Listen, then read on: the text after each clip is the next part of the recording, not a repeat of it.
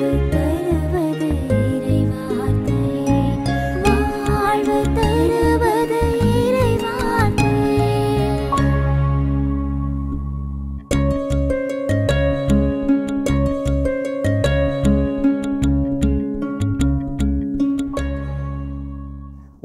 வாழும் மாதா தொலைக்காட்சியின் அன்பர்களே, உங்கள் அனைவரையும் வாழ்வு தரும் இறை வார்த்தை என்னும் இந்நிகழ்ச்சிக்கு தந்தையர்கள் நாங்கள் வருக என்று இருகரம் குவித்து அன்புடன் வரவேற்கின்றோம்.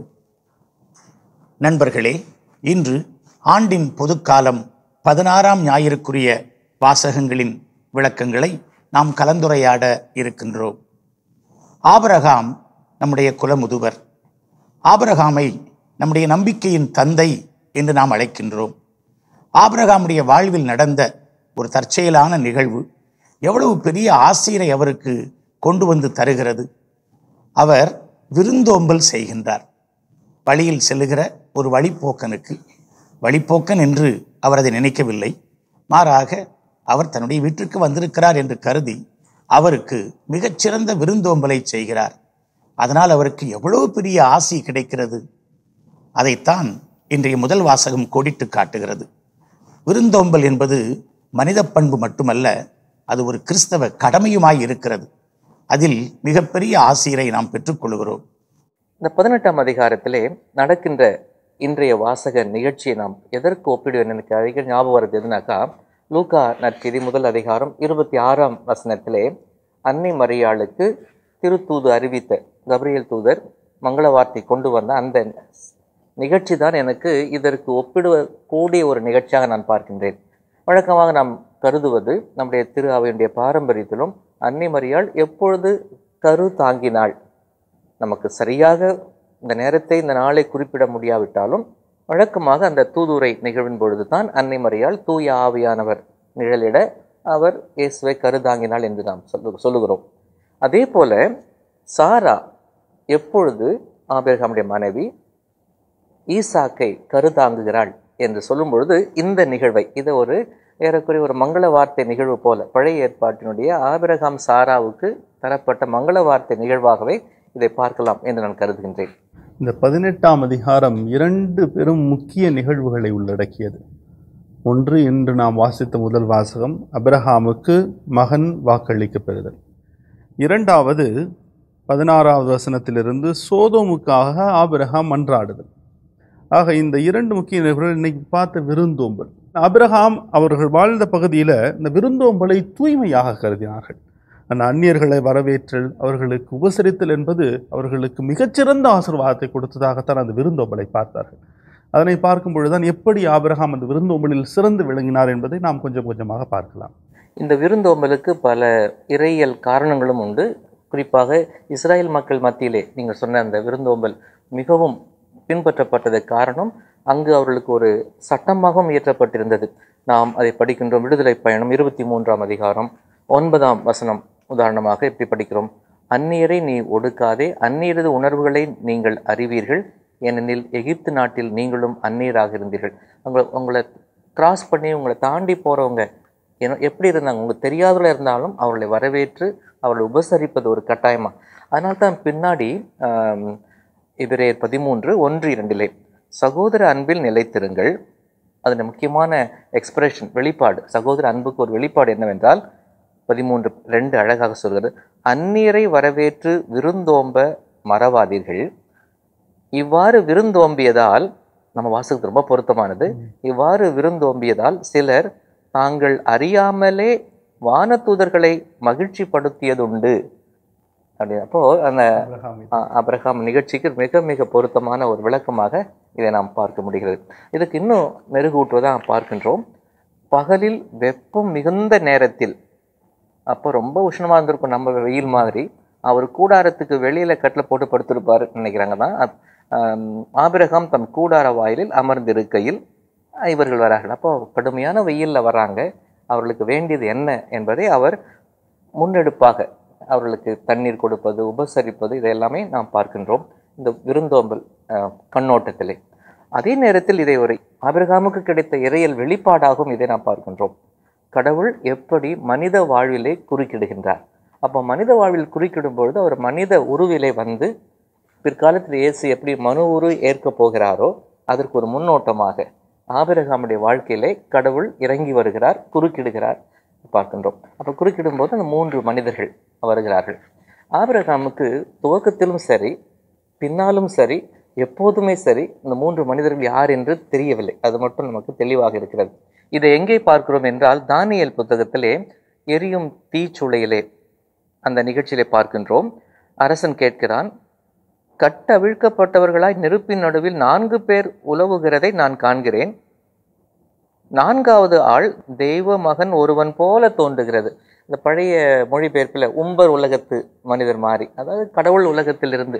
அப்போ இந்த 3 மனிதர்களும் இப்படித்தான் கடவுள் உலகத்திலிருந்து மனித உருவிலே வந்து மனித வாழ்விலே மனித சரித்திரத்திலே நம்முடைய மீட்பு வரலாற்றிலே குறுக்கிடுவதை இந்த 3 பேரையும் இறையியல் கண்ணோட்டத்தில் நாம் பார்க்க முடிகின்றது. இந்த விருந்தோம்பலை பார்க்கும் பொழுது ஆபிரகாம் செய்த செயல் எனக்கு வியப்பாக இருக்கிறது. குல முதல்வர், ஒரு பேட்ரியார்க், அவருக்கு எவ்வளோ வேலையாட்கள் இருக்கக்கூடும்.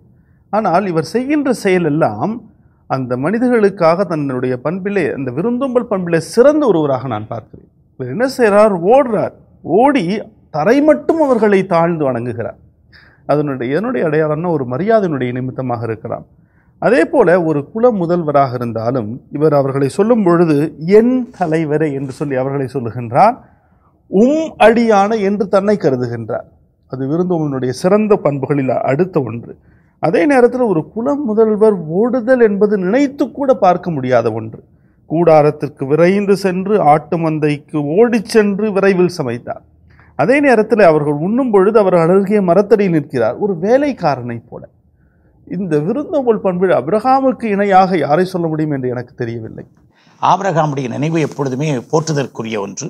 ஆபிரகாமுடைய வாழ்வில் நடந்த அந்த நிகழ்வு, தந்தையர்கள் குறிப்பிட்டதைப் போல ஒரு மங்கள வார்த்தை நிகழ்வு. அந்த நிகழ்வு அவருக்கு எவ்வளவு பெரிய ஆசிரியை கொண்டு வருகிறது என்று சொல்லுகிறது.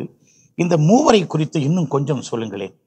அந்த விருந்தோம்பல் பண்பில் ஏற்கனவே தந்தை அவர்கள் புதிய ஏற்பாட்டில் ஒரு எபிரேயர் 13ஆம் அதிகாரம் 2 வசனம் சொன்னார். அதே போல புதிய ஏற்பாட்டில் 2 இடத்துல விருந்தோம்பலை பற்றி இருக்கும். 1 தீமோத்தேயு 3ஆம் அதிகாரம் 2 வசனத்தில் சபை கண்காணிப்பாளர்களுக்கு இருக்க வேண்டிய பொறுப்புகளில் ஒன்று விருந்தோம்பல். அதே நேரத்தில் 1 பேதுரு 4:9 முணுமுணுக்காமல் ஒருவருக்கொருவர் விருந்தோம்புங்கள். அது என்னன்னா, நம்ம எப்பெல்லாம் ஒரு முகமலர்ச்சியோடு அந்த விருந்தோம்பல் பண்பில் ஈடுபடுகிறோமோ அப்பொழுதெல்லாம் மகிழ்ச்சி அவர்களுக்கும் கிடைக்கும், நமக்கும் கிடைக்கும். அந்த விருந்தோம்பனுடைய பலன்தான் அவருக்கு ஒரு மகன் கிடைக்க பெறுது. அந்த ஒரு அருமையான ஒரு ஆசீர்வாதம் நம்ம பிறருக்கு செய்யும் பொழுது நமக்கு ஆண்டவர் ரெட்டிப்பாக நிச்சயமாக செய்வார். இன்றைக்கி ஃபாஸ்ட் ஃபுட் அப்படி இப்படிலாம் சொல்கிறோம். ஃபுட்டு தான் ஃபாஸ்ட்டாக இருக்குல்ல, மனிதர்கள்லாம் ரொம்ப ஸ்லோவாகிட்டாங்க. ஒரு விருந்தினர்கள் வர்றதே இன்றைக்கு ஒரு பெரிய சுமையாக நினைக்கக்கூடிய ஒரு சூழ்நிலை இன்றைக்கி வந்துருச்சு. இந்த 3 பேரும் வந்த பொழுது ஆபிரகாம் அவர்களை அடையாளம் கண்டுகொள்ளவில்லை முதலில் யார் என்று. ஆனால் அவர்களை விருந்தினராக மட்டும் கருதுகின்றார். ஆனால் அவர்களுடைய அந்த ஆசீர்வாத வார்த்தைகள் இருந்து தான் அவர்கள் இறைவனால் அனுப்பப்பட்டவர்கள் என்ற அந்த ஒரு தெளிவு அவருக்கு கிடைக்கின்றது. அவர் நீங்கள் சொன்ன மாதிரி அவர் ஓடுறது, அவர் கவனிக்கிறது, அது மட்டும் இல்லை, உடனே வீட்டுக்குள்ளே ஓடி போய் மனைவியும் உசுப்பி எழுப்புறார்.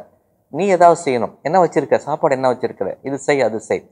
3ஆவதாக தன்னுடைய வேலையாளையும் கூப்பிட்டு அதில் எல்லாரும் ஈடுபடுத்துகிறார். அந்த உணவு பரிமாறுதலே, அந்த உபசரிப்பிலே அவர் மட்டும் துடிதுடிப்பாக இல்லை, மனைவி வேலையாள் எல்லாரையும் ஈடுபடுத்தி உணவை சமைத்து நல்ல உணவை அவர்களுக்கு கொடுக்கின்றார்கள்.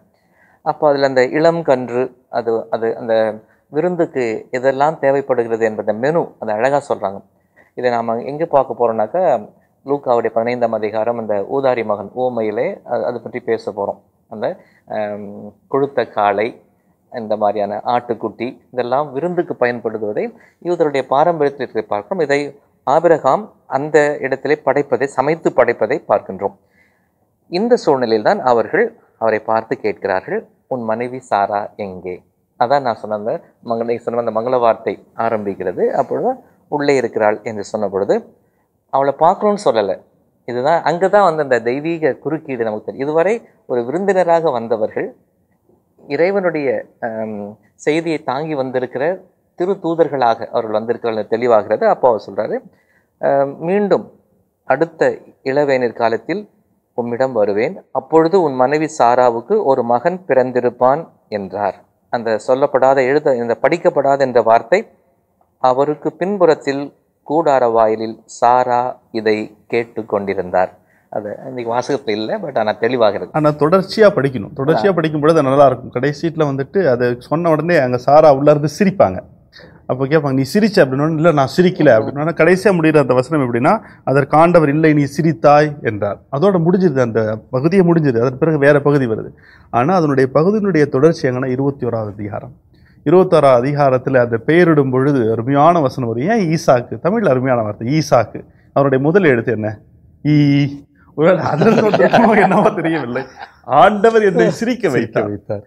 ஒரு நல்ல அருமையான சில அந்த பேர் கொடுக்கறதுல கூட சில அருமையான ஒரு விளக்கங்கள் இருக்கும். இந்த மங்கள வார்த்தையோடு நான் தொடர்பு படுத்தியிருக்க இன்னொரு காரணம், இங்க சொல்லப்படுகிற ஒரு வசனத்தை தான் அங்கு கப்ரியேல் தூதர் மரியாவுக்கும் சொல்லுவார்.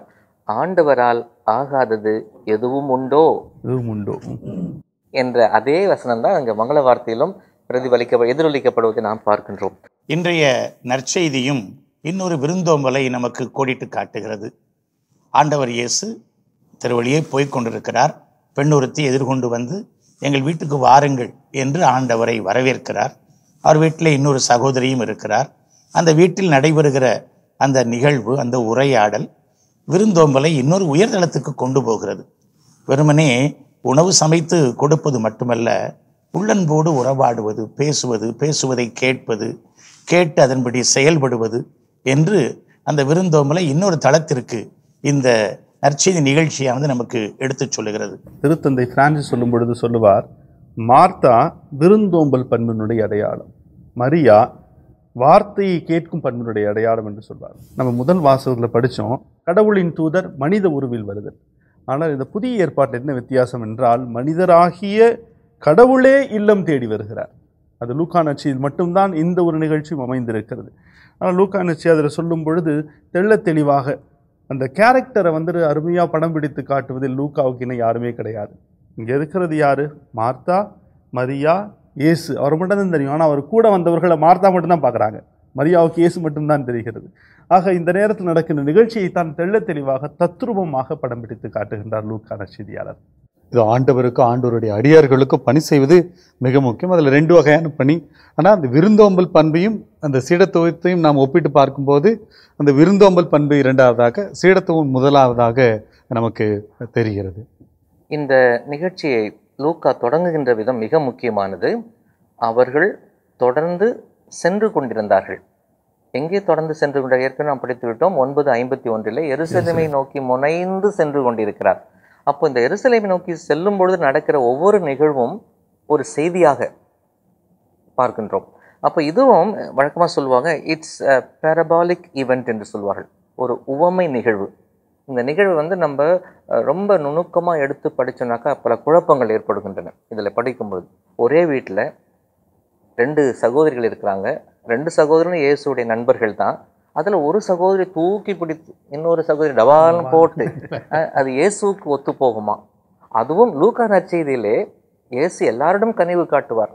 அந்த சீடர்கள் தூங்கிட்டாங்கன்னா கூட அவங்க துக்கத்தில் தூங்கிட்டாங்க அப்படின்னு அவங்கள நியாயப்படுத்துவார். அவர் காதை வெட்டினா கூட அந்த இடத்துல கூட காதை எடுத்து ஓட்டிட்டு இருப்பார் இயேசு. அப்படிப்பட்ட லூக்காவே ஒரு பெண்ணை முன்னிலைப்படுத்துகின்ற லூக்கா ஒரு பெண்ணை தூக்கி இன்னொரு பெண்ணை மட்டம் தட்டி கொண்டு வருவாரா என்பது ஒரு பெரிய கேள்வி.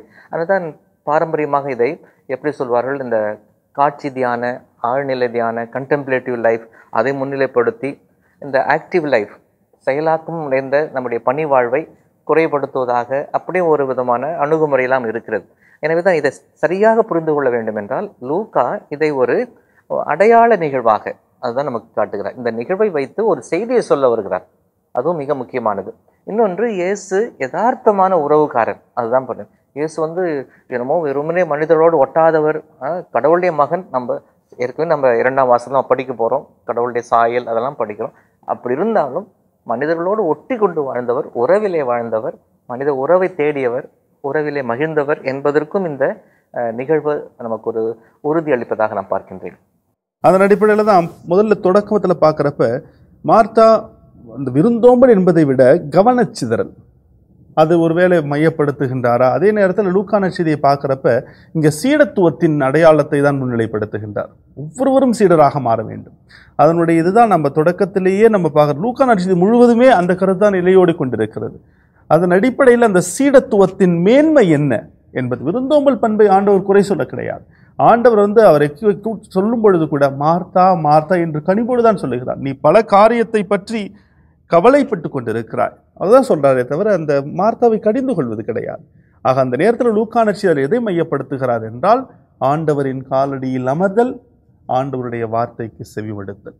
இதுதான் அது முக்கியமான ஒரு அம்சமாக பார்க்கிறார். விருந்தோம்பல் முக்கியமான பண்பு தான். அடுப்படியில் இருக்கிறது மட்டுமல்ல, வந்த விருந்தினர்களோடு பேசுவதும் முக்கியமான பண்பு. சொல்லுவதை கேட்டலும் அருமையான பண்பு. விருந்தோம்பல் பண்பினுடைய மிக மிக முக்கியமான ஒன்றாக இருக்க வேண்டும். மார்த்தா பற்பல காரியங்களில் அவர் அலுவலாய் இருக்கிறார். ஏனென்றால் வருகிற விருந்தினருக்கு தண்ணீர் கொடுக்க வேண்டும், வருகிற விருந்தினரை நன்றாக உபசரித்து உட்கார வைக்க வேண்டும், அவர்களுக்கு உணவும் கொடுக்க வேண்டும். இப்போ ஆண்டவர் வெறுமனே வார்த்தையை மட்டும் சொல்லிட்டு சாப்பிடாம போனாரா? அவர் கூட்டத்துக்கு வந்தவங்களுக்கு வார்த்தையை கேட்டுட்டு அது பிற்பாடு சாப்பாடுலாம் அவரே கொடுத்தாரே. எல்லாருக்கும் 5000 பேருக்கும் 4000 பேருக்கும் ஒரு உணவு கொடுத்தாரே. சீடர்களுக்கும் உணவு அக்கறையாய் கொடுத்தாரே. அப்படிப்பட்ட ஆண்டவர் அவங்க கொடுக்குற உணவு இல்லாமல் போய் விடுவாரா? அது அவருடைய நோக்கமே அல்ல. நாம் அதை தப்பிதமாக பல நேரங்களில் மாற்றி விலக்கி விட்டு போய் விடுகிறோம். அப்படி விளக்கப்பட்டு வந்திருக்கிறது. நன்றாக கவனிக்கிற பொழுது மார்த்தாவையும் ஆண்டவர் சமமாகத்தான் பார்க்கிறார். அதை தந்தையவர்கள் குறிப்பிட்டதை போல அந்த சீடத்துவத்திற்கு முதன்மை முக்கியத்துவம், அந்த ப்ரையாரிட்டி, அதுதான் ப்ரிஃபரன்ஸ், அது கொடுக்கப்படுகிறது. இந்த 3 கருத்துக்கள் என் மனதில் தோன்றுகிறது. ஒன்று, யதார்த்தமாக பார்ப்போமே, இயேசு போதித்து கொண்டே போகிறாரு. மனுஷன் பசியாக இருந்திருப்பாரு, தாகமாக இருந்திருப்பாரு, ஒரு நண்பர்களோடு அந்த உறவோடு உரிமையோடு வந்திருக்கிறாரு. நீ உட்காந்துரு, நான் உங்க பக்கத்தில் உட்காந்துக்கிறேன்னு சொல்லிட்டா அவர் என்ன ஆயிருப்பாரு அன்னைக்கு? அது இயற்கையாகவே அவர் தண்ணி கொடுத்துருப்பாங்க. நீங்கள் சொன்ன மாதிரி அது ஒரு இயற்கையான யதார்த்தமான தேவையாக இருந்தது. அதை அவர் கவனிக்கின்றார், அதை அட்டன் பண்ணுறார், அதை அவர் நிறைவேற்றுகின்றார். இன்னொன்று பார்க்கின்றோம், இந்த நிகழ்ச்சியை தொடங்கும் பொழுதே நம்முடைய தமிழ் மொழிபெயர்ப்பில் அப்படி இருந்தாலும் அது எப்படி தெளிவாக வருகிறது என்றால், அப்போது இயேசு ஓர் ஊரை அடைந்தார். எந்த ஊர்னு சொல்லலை, அது பெத்தானியா என்று நம்முடைய அது சொல்ல போகிறோம். அடுத்தபடியாக, அங்கே பெண் ஒருவர் அவரை தம் வீட்டில் வரவேற்றார், அவர் பெயர் மார்த்தா. அது மார்த்தாவுடைய வீடு. தெளிவாக மற்ற மொழிபெயர்ப்பில் சொல்லப்படுகிறது. அது மார்த்தா தன்னுடைய வீட்டுக்குள் அவரை, அப்போ மரியாவுடைய வீடுன்னு சொல்லப்படவில்லை. அப்போ அந்த வீட்டுக்கு உரிமையாளர், பெரியவர், பொறுப்பானவர் மார்த்தா தான். எனவே பொறுப்பானவர் நிச்சயமாக வந்தவர்களை நம்ம ஏற்கனவே உபசரிப்பத்திலும் பேசணும். தான் செய்ய வேண்டிய காரியத்தை அவர் செய்தாக வேண்டும். அதுவும் ஒரு முக்கியமானதாக இருக்குது. மூன்றாவது எதை பார்க்கணுனாக்கா, இதுக்கு இணையான யோவான் 11ஆம் அதிகாரம் அங்கே பார்க்கின்றோம். லாசருடைய அந்த இறப்பு, மீண்டும் உயிர்த்தெழ செய்தல், அந்த நிகழ்விலே மார்த்தா தான் இயேசு வந்துவிட்டார் என்று தெரிந்தவுடன் நகரத்தின் வாயில் அருகே அந்த எல்லைக்கே ஓடி போய் இயேசுவை சந்திக்கிறார். ஆமா, மரியா வீட்டிலேயே அமர்ந்திருக்கிறார். அப்ப இந்த 2 சகோதரிகளுடைய 2 வேறு குணாதிசயங்கள் அது வலியுறுத்தப்படுகின்றன. இது நம்ம குடும்ப வாழ்வுக்கு ரொம்ப முக்கியமானது. எல்லாரும் ஒரே மாதிரி, அவன் என்ன பண்றா, நீ அந்த மாதிரி இருக்கிறியா? நம்ம இந்த ஒப்பிட்டு பார்த்து பிள்ளைகளை வீணாக அவர்களுடைய மனதை கொச்சைப்படுத்தி விட, புண்படுத்தி விடுகிறோம். அந்த கம்பேர் பண்றது, ஒப்பிட்டு பார்வது, ஒவ்வொருவருக்கும் தனித்தன்மைகள் இருக்கின்றன. மார்த்தாவுடையது முன்னோக்கி ஓடுதல், ஃபார்வர்ட் கோயிங், உடனடியாக வேலை செய்தல், அந்த மாதிரி. மரியா எப்பொழுதும் தனக்குள் ஒரு விதமான அந்த இன்வர்ட் பர்சன் மாதிரி தன்னை மெதுவாக எப்பொழுதும் செய்கின்ற ஒரு மனநிலையை நாம் பார்க்கின்றோம் அந்த 2 பேர்ல. இதை இயேசு மதிக்கிறார், அதையும் பார்க்கிறோம். அந்த 2 குணாதிசயங்கள் குடும்ப வாழ்க்கை, இன்றைக்கு நம்முடைய குடும்ப வாழ்க்கைக்கு ரொம்ப முக்கியமான. இயேசு ஒவ்வொரு குடும்பத்திலும் நுழைகின்றார். அங்க இருக்கிற ஒவ்வொருவருடைய தனித்தன்மைகளையும் அவர் பாராட்டுகிறார், மெச்சுகின்றார். அதையும் நம்ம பார்க்கின்றோம். 2 அதே விஷயங்கள் நீங்க சொன்ன வார்த்தைகளோடு தான். ஒன்று செவிமடுத்தல், இன்னொன்று செயல்படுத்துதல். லிசன் லைக் மேரி, ஆக்ட் லைக் மார்த்தா. அப்போ இந்த பெர்னார்ட் அருமையாக சொல்லுவார், இந்த செயலும் சிந்தனையும் நெருங்கிய தோழர்கள், அது ஆக்ஷன் அண்ட் கான்டம்ப்ளேஷன். நெருங்கிய தோழர்கள், அவர்கள் ஒரே வீட்டில் மார்த்தா மரியாவை போல சமமாக வாழ்கிறார்கள். ஆக்ஷன் அண்ட் கான்டம்ப்ளேஷன், இது 2 இருந்தாலும் இப்போ ஒரு குடும்ப வாழ்க்கையில் சிறந்ததாக அமையும். ஒன்று செவிமடுத்தல், இன்னொன்று செயல்படுத்தல். இந்த காலடியில் அமர்வது என்பது மிக அருமையான யூத பழக்கங்களில் ஒன்று. குறிப்பாக நாம் திருத்தூதர் பணி 22ஆம் அதிகாரம், திருத்தூதர் பணி 22ஆம் அதிகாரம் 3ஆம் வசனத்திலே பவுலடியாருடைய அந்த பொது மறைவுரை, தன்னுடைய சுய வாழ்க்கை வெளிப்பாடு, அந்த ஆட்டோபயோகிராபிக்கல் எக்ஸ்பிரஷன் சொல்லுறோம். அதிலே பார்க்கும்போது சொல்லுவார், கமாலியலின் காலடியில் அமர்ந்து நம் தந்தையரின் திருச்சட்டங்களில் நுட்பமாக பயிற்சி பெற்றவன்.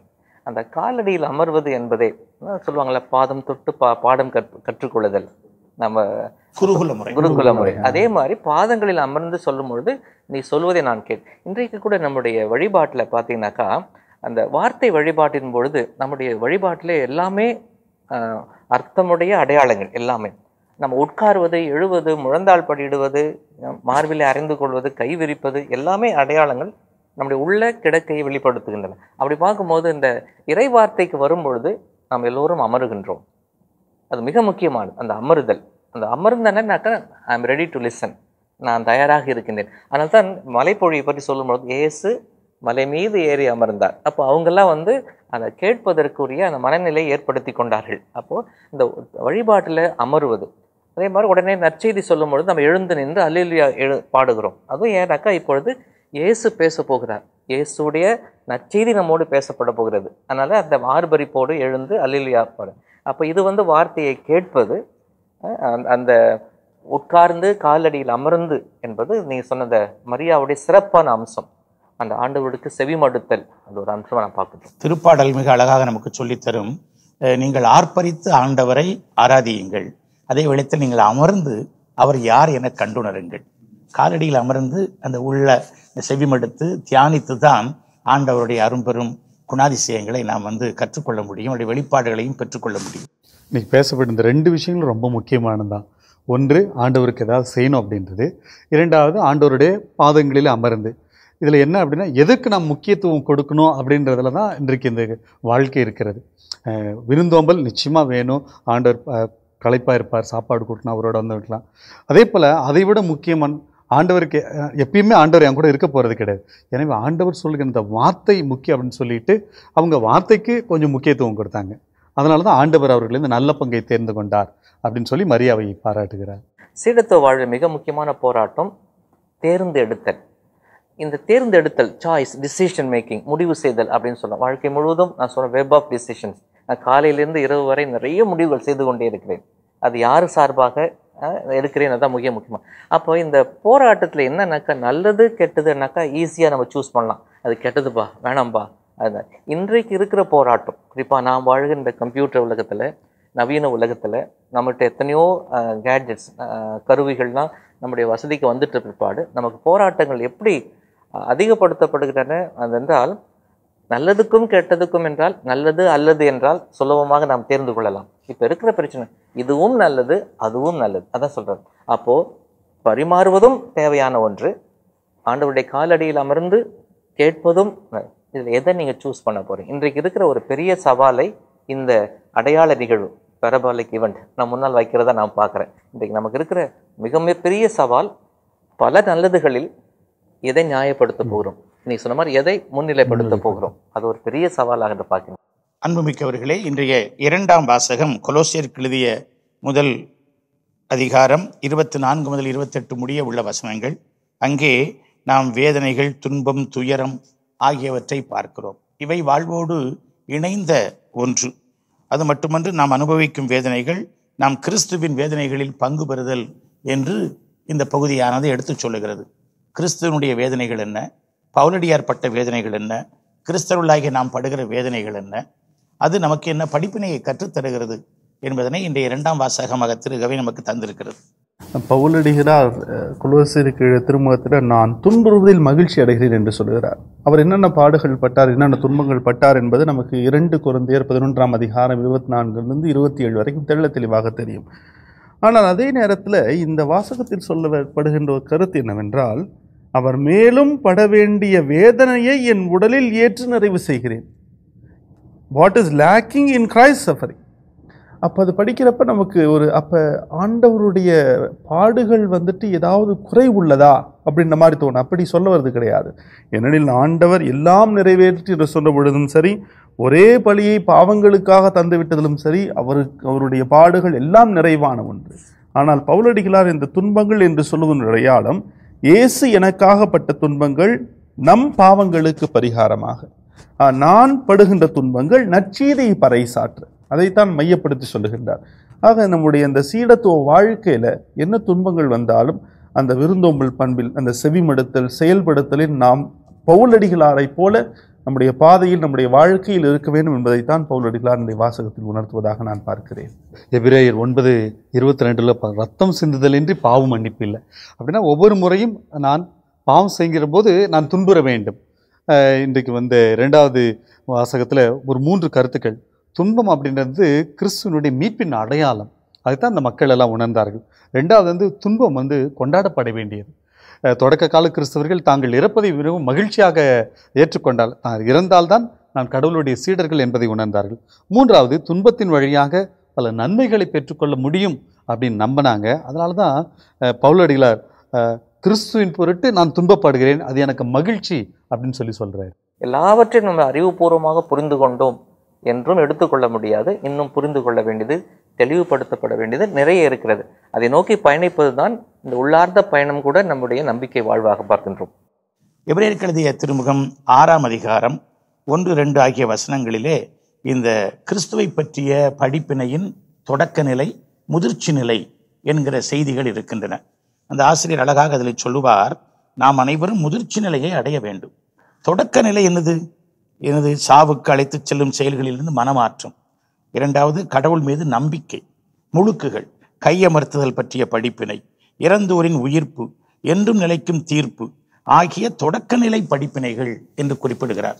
இதிலேயே நிற்கக்கூடாது. கிறிஸ்தவ வாழ்க்கை இன்றைக்கு நம்ம பார்த்தோம் என்றால் அதெல்லாம் நிற்கிறது. முதிர்ச்சி நிலை என்பது என்ன? சான்று பகர்தல். முதிர்ச்சி நிலை என்பது துன்பத்தை விரும்பி ஏற்றல், துன்பத்தை தியாகமாக மாற்றுதல், துன்பத்தை மீட்பின் கருவியாக ஆக்குதல். அதைத்தான் பவுலடியார் தன்னுடைய வாழ்வில் பட்ட அனுபவத்தை முதிர்ச்சி நிலை என்று சொல்லுகிறார். பவுலடியாருக்கு பிடித்தமான ஒரு வார்த்தை இது. சொன்ன மாதிரி மென்மையான உணவு திட உணவு. அதாவது நம்முடைய கிறிஸ்துவ வாழ்வில் இந்த வளர்ச்சி சாத்தியங்கள் எப்பொழுதும் இருந்து கொண்டே இருக்கின்றன. நான் கிறிஸ்துவன், பாரம்பரிய கிறிஸ்துவன் என்று எந்த நிலையிலும் நாம் இருமாந்து இருந்து விடவே முடியாது. இந்த ஆக்ஷன் அண்ட் கான்டம்ப்ளேஷன் பற்றி சொல்லிட்டு இருந்தோம். அதனுடைய நிறைவு தான் அந்த ஃபுல்னஸ், அதை நோக்கிய பயணம் தான். அப்போ என்னுடைய வாழ்க்கையில் அந்த பயணம் தொடர்ந்து கொண்டே இருக்க வேண்டும். அதான் முதிர்ச்சி நிலை பயணம். இதை ஒரு நாள் செஞ்சுட்டு விட்டுறது கிடையாது. ஒவ்வொரு நாளும் என்னுடைய செயல்பாடுகளும் சரி, செவிமடுத்தலிலும் சரி, செயல்படுத்தலும் சரி, அந்த நிறைவை நோக்கிய பயணம் தான் முதிர்ச்சி நிலை பயணம். இருந்தோம்பி இல்வாழ்வதெல்லாம் விருந்தோம்பி வேளாண் செய்தற் பொருட்டு என்று வள்ளுவ பெருந்தகை அழகாக சொல்லித் தருவார். நாம் இந்த உலகத்திலே விருந்தோம்பல் செய்து வாழ்தல் வேண்டும். அதனால் வானதூதர்களை கூட வரவேற்கிறோம். ஏன் 3 கடவுள் கூட நம்முடைய வீட்டிற்கு விருந்துண்ண வரலாம். ஏழைகள் என்று நாம் நினைக்க தேவையில்லை. அவர்களுடைய உருவில் கடவுளே நம்முடைய இல்லத்தை தேடி வருவார். ஏன் இயேசு அப்படிப்பட்ட உருவில் தான் நம்மை தேடி வருகிறார். இயேசுவே வீட்டுக்கு விருந்துண்ண வந்தார். இயேசு விருந்தும் உண்டார். அவர் நாம் வாழ்வுக்கு தேவையான நல்ல படிப்பினைகளை கற்றுத்தந்தார். நாம் வாழ்வின் தொடக்க நிலை படிப்பினைகளிலிருந்து முதிர்ச்சி பெறுதல் வேண்டும். நாம் நல்ல பங்கை தேர்ந்து கொள்வோம். நாம் ஆண்டவருடைய காலடிகளில் அமர்ந்திருக்கிறோம். இறை வார்த்தைக்கு செவிமடுத்தோம். அதை நாம் செயல் வடிவுக்கு கொண்டு செல்வோம். ஆம், அன்பு மிக்கவர்களே, வாழ்வு தரும் இறை வார்த்தை எனும் நிகழ்ச்சி இத்துடன் இன்றைக்கு நிறைவுக்கு வருகிறது. மீண்டும் அடுத்த நிகழ்ச்சியில் உங்களை சந்திக்கும் வரை தந்தையர்கள் நாங்கள் உங்களிடமிருந்து விடைபெறுகிறோம். இயேசுவுக்கு புகழ், இயேசுவுக்கு நன்றி, மரியே வாழ்க.